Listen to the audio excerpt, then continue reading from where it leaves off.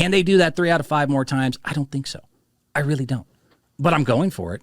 I love the Miami Heat. I think, just because I picked Denver, don't think that I don't want the Miami. I would love to be completely wrong about this. I would love to say Miami Heat pull off one of the greatest upsets I've ever seen, win this thing in like 6, and I get to be dead wrong. The price is wrong, bitch. I love me Jimmy Butler. I will continue to rant and rave and be a little too much on I love him, I love this, I love Jimmy Butler. I think he's the greatest, not named Steph Curry as far as attitude, leadership.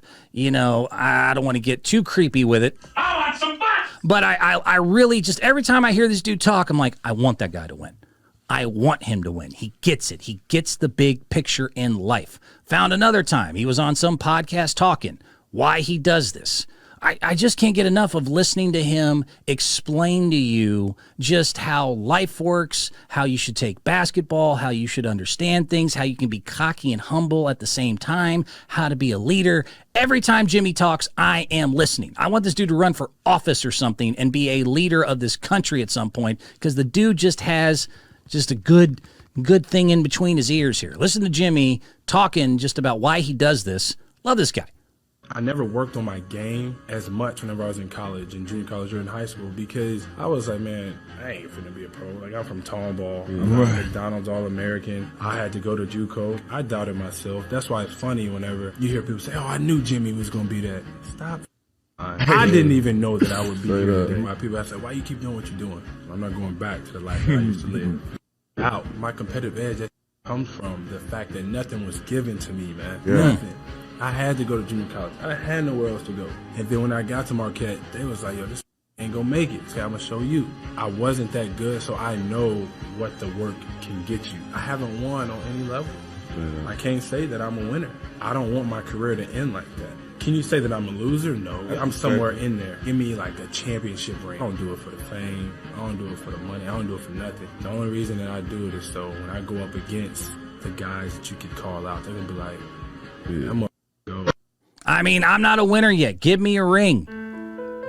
I've been through too much. I had to go to JUCO. I had to go to Marquette. Kicked out of his house at 13 years old. 13.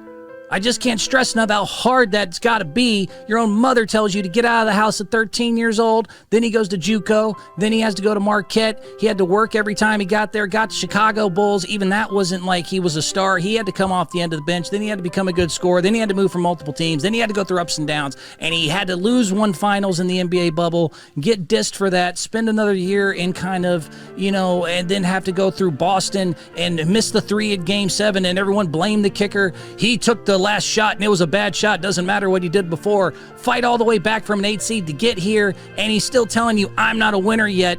I still got to do things here, and I appreciate every moment.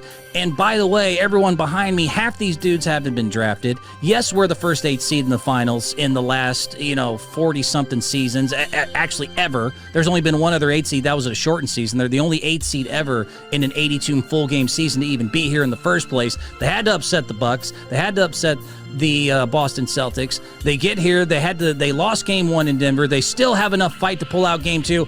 I mean, don't think I'm not going for this. I like this a lot. I want this to do well. I don't think it's going to happen. I think game 2, they at least did what they had to do to pull one out. But the fact is that 17 of 35 threes, that's 49%. That's probably not going to keep up.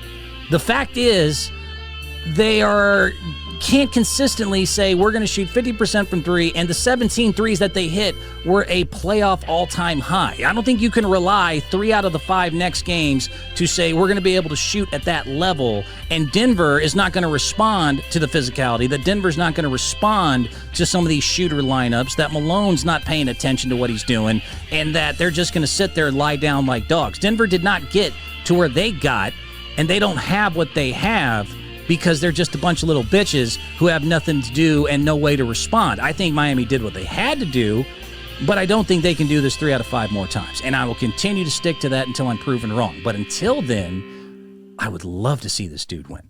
Would absolutely love it. I love Jimmy Butler in a way that's probably not completely healthy, but hey, leave me alone. I want some fun! Good dude, smart guy, been through a lot, great leader. I love his roster behind him, the Vincents, the Robinsons, all the other stuff. I love the Cinderella story. I love Seabiscuits.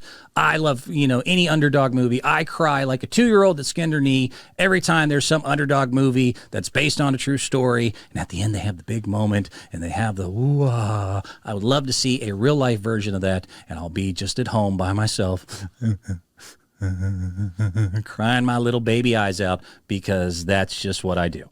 I am a crybaby. I don't care what you say. You crying, boy? Yeah, I'm a crier. Yeah. Go back down to McDonald's and get you a Lamburger and some French fries. How about a Weineken? You little sissy boy! That leopard sucks! I watch America's Got Talent, and if someone gets the golden ticket, I'm done. Crying all the time. Quit crying, just a push-up or something. So they did what they had to do. They did what I said. So not only did they do a good job, they also once again proved I know the sport. Man, I'm tired of being right. And that's all I got for basketball today as far as review.